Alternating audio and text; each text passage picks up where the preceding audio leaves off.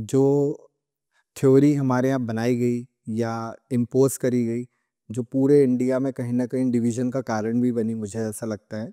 और उसके ही कारण कहीं हम साउथ इंडिया, नॉर्थ इंडिया ऐसी बातें करने लगे। जो थ्योरी थी कि इंडिया पे अटैक आर्यंस ने किया था सबसे पहले, एंड देन ब्रिटिशर्स ये थ्योरी लाए थे और उन्होंने कहा कि हमने जैसे हमने अटैक किया है इस तरीके से, या हम इसको एक्वायर करना चाहते हैं इंडिया को, ऐसा आपने भी किया था। तो इस पे आपका क्या कहना है? बहुत ही इम्पोर्टेंट क्वेश्चन है। आप Aryan invasion slash migration theory से बोलते हैं, और जब आप इतिहास देखेंगे तो मेरी नज़र में इस mother of all distortionist theories in in Indian history, ये अपने आप में ये सब, सारे आप डिस्टॉर्शन को एक जगह रखें और इसको दूसरी तरह रखें तो ये उससे भारी पड़ेगी। और उसका रीज़न ये है कि अकेली एक ऐसी थ्योरी है जिसने भारत को बांट दिया, टुकड़ों टुकड़ों में बांटा। नॉर्थ साउथ का डिवाइड आप देखेंगे, उसकी इस वजह यही है, आर्यन इन्वेजन थ्योरी है, जिसमें आर्यंस और द्रविडियन का डिवाइड, जो कि आर्टिफिशियल डिवाइड है। कोई ऐसी डिवाइड है ही नहीं आर्यंस और द्रविडियन परसे में, वैदिक या द्रविडियन में, वो क्रिएट किया गया। ट्राइबल नॉन ट्राइबल का जो बेसिक डिफरेंसेस था वो भी यहीं से आया है। जबकि आप जब ट्राइबल मैंने अपनी पुस्तक में इसका वर्णन किया है, जब आप ट्राइबल लिटरेचर आप पढ़ेंगे, चाहे वो नॉर्थ इंडियन ट्राइबल हो, चाहे वो नॉर्थ ईस्टर्न हो, उसके बने, तो आप देखेंगे कि there is a continuity between non tribal and tribal, between Sanatan tradition and tribal tradition. Basically Sanatan का ही वो एक्सटेंशन है। जो ट्राइबल्स हैं उनकी जो आपकी जो जो उनकी ट्रेडिशंस हैं, जो आप उनकी कहानियाँ जो आप सुनेंगे, तो उसमें वो ओपनली बोलते हैं कि वो इसी हमारे सनातन धर्म के ही एक्सटेंशन के रूप में उन्होंने काम किया। लेकिन ये जो हमारी आर्यन इन्वेजन स्लैश माइग्रेशन हो रही है, इसने वहाँ भी डिवीजन क्रिएट करने की। और प्रॉब्लम क्या हुई आज़ादी के बाद, जब 47 के बाद ऐसा हुआ कि ये एक बहुत अच्छा एक अस्त्र मिल गया, एक अच्छा वेपन मिल गया पॉलिटिशियन को, क्रॉस बोर्ड को, कि जिसका यूज़ करके वो अपनी वोट बैंक पॉलिटिक्स को चला पाएँ। चाहे साउथ इंडियन तमिलनाडु में आप देखिए तो डीएमके आ गई, आईडीएमके आ गए, और उन लोग के लिए वो एक पॉलिटिकल वेपन हो गया वो, और उन्होंने उसको यूज़ करके अब अपने पावर, उन्हें सत्ता की प्राप्ति की। लेकिन coming to the theory, Aryan invasion theory जो है, क्योंकि इसमें बोली जाती है सेंट्रल एशिया से एक आर्यंस आए, और आर्यन कौन थे? आर्यन नोमैड से, चरवाहा थे, अनपढ़ थे, इलिटरेट थे कम्प्लीटली, गंवार थे, वो आए। लेकिन वो संस्कृत जानते थे। अब देखिए कॉन्ट्रडिक्शन, देखिए संस्कृत दुनिया की सबसे विकसित, सबसे जो कंप्यूटर बोलता है कि सबसे कंप्यूटर के लिए सबसे योग्य लैंग्वेज है, तो एक अनपढ़ गंवार नॉमेड के द्वारा संस्कृत की उत्पत्ति होती है। कॉन्ट्रडिक्शन है। अब आप देखेंगे हमारी लिटरेचर देखेंगे, हमारे पुराने जितने भी, चाहे वेद से लेके पुराण और उपनिषद सब में, हमारे महाभारत रामायण महाभारत में भी कहीं भी एक ऐसा मेंशन नहीं है, एक वर्णन नहीं है जिसमें ये कहा जाता है कि हम लोग बाहर से आए हैं, ये हमारी मातृभूमि नहीं है, हम कहीं और से आए हैं। और यहाँ यहाँ हम ये चीज़ ध्यान देने की ज़रूरत है कि अक्रॉस द वर्ल्ड कोई भी आप सोसाइटी देखें, कोई भी सिविलाइजेशन देखें, कोई भी कम्युनिटी देखें, यदि उन्हें कभी माइग्रेट किया हो तो वो हमें उन्हें हमेशा याद रहा है। भारत में मान लिए जोशियंस आए, पारसी जो आए, उत्पीड़न के बाद जो ईरान पे इस्लाम का आक्रमण हो गया, उसके बाद बसने के लिए भारत आए, तो उन्हें याद है कि वो भारत आए, कहाँ आए पहली बार, कहाँ रुके, सारा उनके दिमाग में। और ये आज की बात नहीं है, ये आज से ऑलमोस्ट 1600-1700 साल पुरानी बात है। 1600, 1500 पुरानी बात है। तो 15 साल से वो भूले नहीं। और सिमिलरली आप तो यदि सेंट्रल एशिया में आप जाएँ, ये अमेरिका में जाएँ, तो अमेरिका में इंकाज हैं, इज़्टेक सिविलाइजेशन है, उन लोगों में भी ये वर्णन है कि वो कहीं से आए। सो जितने भी सभ्यताएं हैं, जितने भी लोग हैं, यदि वो कहीं कभी मूव करते हैं, और यदि वो अपना मूल स्थान छोड़ के मूव करते हैं, तो उन्हें याद रहता है कि हम ये हम यहाँ से नहीं, हम वहाँ से आए थे। हम वहाँ से। वो ये भी भूल जाते हैं कहाँ से आए हैं, लेकिन उन्हें ये कम से कम याद रहता है कि हम यहाँ के नहीं हैं। भारत की जो सभ्यता है, एक लौती सभ्यता है, यूनिक है इधर में, कि हमें याद ही नहीं है। हमारे सारे ग्रंथों में यही लिखा हुआ कि हम यहीं जन्म हुए थे, यहीं उत्पत्ति हुई थी, यही हमारी कर्मभूमि है, जन्मभूमि है, देवभूमि, सब यही है। आर्कियोलॉजिकल यस, हमारे पास सबूत भी है, प्रूफ। आर्कियोलॉजिकली मैं आता हूँ, आर्कियोलॉजिकली आर्यन इन्वेजन के सपोर्ट में एक भी थ्योरी नहीं है। इनफैक्ट आप जो थ्योरी का इवोल्यूशन देखें तो आप समझें कितना वो स्लिपरी ग्राउंड में है। शुरू में हुआ था जो मॉर्टिन व्हीलर जो थे ब्रिटिश आर्कियोलॉजिस्ट थे, उन्होंने वो बोला कि आर्यन इन्वेजन हुआ था जी, आर्यंस आए और उन्होंने हड़प्पा वाले को मार के काट के सब का कैप्चर कर दिया। खुदाई हुई, कुछ नहीं मिला।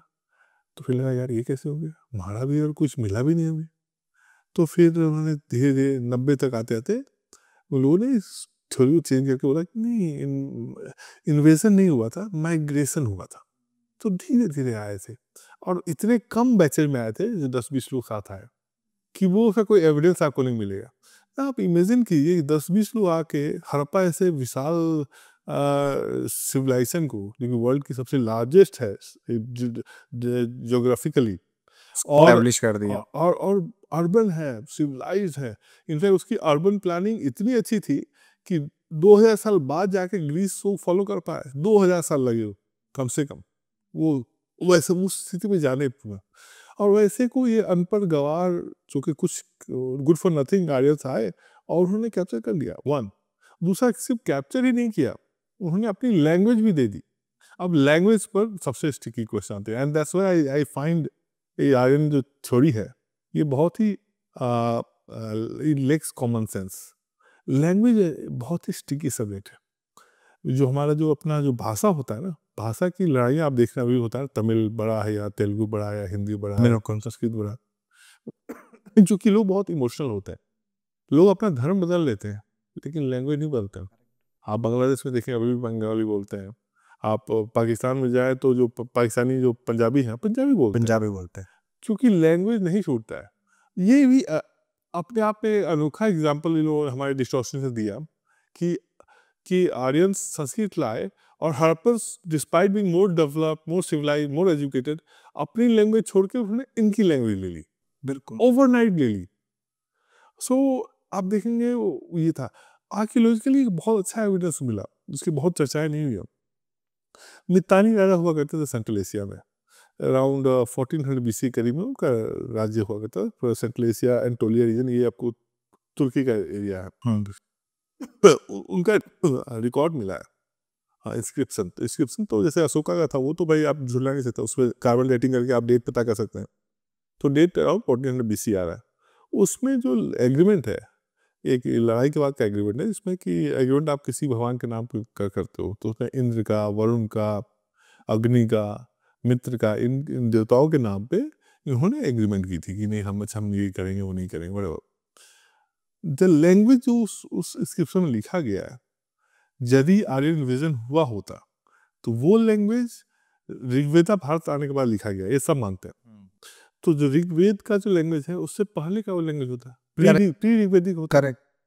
लेकिन वो जो लैंग्वेज है मितानी इंस्क्रिप्शन का, वो लैंग्वेज है लेटर ऋग्वेदिक पीरियड का, जो यजुर्वेद में जो लैंग्वेज मिल रहा है, या फिर वो लैंग्वेज इज क्लोजर टू जो मितानी का है। तो इसका क्या मतलब, इन्वेजन का कोई बात ही नहीं कि है। भैया हो यदि कोई माइग्रेशन हुआ है तो शायद यह इस देश से बाहर हुआ है, इस देश में लोग नहीं आए। और इसका एक और एग्जांपल मैं आपको दूंगा, ये ऋग्वेद में है। ऋग्वेद में वर्णन है दशरथ के युद्ध का, 10 राजाओं के युद्ध का, जिसमें सुदाश राजा थे, ये भरत कुल से थे वो, और उनके गुरु थे वशिष्ठ। वो एक तरफ थे और दूसरी तरफ 10 राजा एक साथ थे, एक ग्रुप था 10 राजाओं का, उसके गुरु थे विश्वामित्र। और इन दोनों के बीच में युद्ध होता है और बहुत बड़ा युद्ध हो। लोग हमारे में जो 3 बड़े युद्ध माने जाते हैं हमारे शास्त्रों में, वो है देवासुर युद्ध, दशराग युद्ध और महाभारत। सो इसको उस कैटेगरी में रखा जाता है। सो ये युद्ध हुआ था और इस युद्ध में सुदास की जीत हुई थी वशिष्ठ गुरु के अंदर के निरीक्षण में उन्होंने 10 राजाओं को हराया था। और जब युद्ध खत्म हुआ तो 10 में से 3-4 जो थे, जो जो जो किंगडम थे, उनके जो राजा थे वो देश छोड़ के चले गए थे। So out of India migration यदि कहीं मेंशन है तो यहाँ है, वो अपनी देश की सीमाओं को छोड़ के वो सेंट्रल एशिया चले गए, वेस्ट एशिया चले गए। सो आप देखेंगे तो आप इतिहास में ये वर्णन पाते हैं, आप यहाँ आने का वर्णन नहीं पाते। लेकिन आप देखिए अंग्रेज में ये जो कहते हैं, जो for me it's a scam, ये हिस्टोरिकल सबसे बड़ा स्कैम है आर्यन विजन थ्योरी। ये स्कैम अंग्रेज क्यों लाए? क्योंकि अंग्रेज को ये दिखाना था कि हम यहाँ रूल कर रहे हैं तो हमारी लेजिटिमेसी है रूल करने की। तो कैसे है भाई? वो इस तरह है कि भैया ठीक है, हम आ जाए हैं, आप आज से 2000 साल पहले आए हो, सो ये जमीन ना हमारा है ना आपका है, और यदि आपका है तो फिर हमारा भी है, सो आई कैन रूल। हमें कोई डिफरेंस नहीं। Yes, so I can rule. हम दोनों बाहर से आए हैं भाई, तो यदि आपका धरती है तो फिर मेरा भी धरती है। सो इन्होंने इसको लेजिटिमाइज किया। और इसका दूसरा, और हमारे जो अपने जो लेफ्टिस्ट जो हिस्टोरियन कम डिस्टोरियंस थे, उन्होंने इसको एक्सेप्ट इसीलिए किया क्योंकि उनकी एक जो वीक पॉइंट थी हमेशा ये करने की कि वो हमेशा डिफेंसिव होते about Muslim invasion in India. उनको लगता है कि यार, उनको हमेशा दिखाया नहीं नहीं नहीं वो यार इन्वेजन किए थे लेकिन उनका मारने का मकसद ही था, उनका ये मकसद था, या आपने इतना ज़्यादा सोना चांदी मंदिर में रखा इसलिए मंदिर तोड़ दिया। हमेशा वो डिफेंड करते हैं। गंगा जमुनी तहजीब की जो उनके आर्गूमेंट है उसको पुश करना था। उनके लिए भी आर्गूमेंट बहुत अच्छा काम आया। उन्हें बोला कि ठीक है यार, आप बाबर को गाली क्यों दे रहे हो? आपके लोग भी तो ऐसे ही आए थे, आपने बेचारे हड़प्पन लोग को मार के भगा दिया। तो अब किसी थर्ड थ्योरी के लिए किसी और थ्योरी का फायदा मिल रहा है। यस, सो बेसिकली ये हिस्टोरिकल थ्योरी है, पॉलिटिकल थ्योरी होगी, पॉलिटिसाइज होगी, और पॉलिटिकल रीजन के लिए इसको आज भी सस्टेन किया जा रहा है।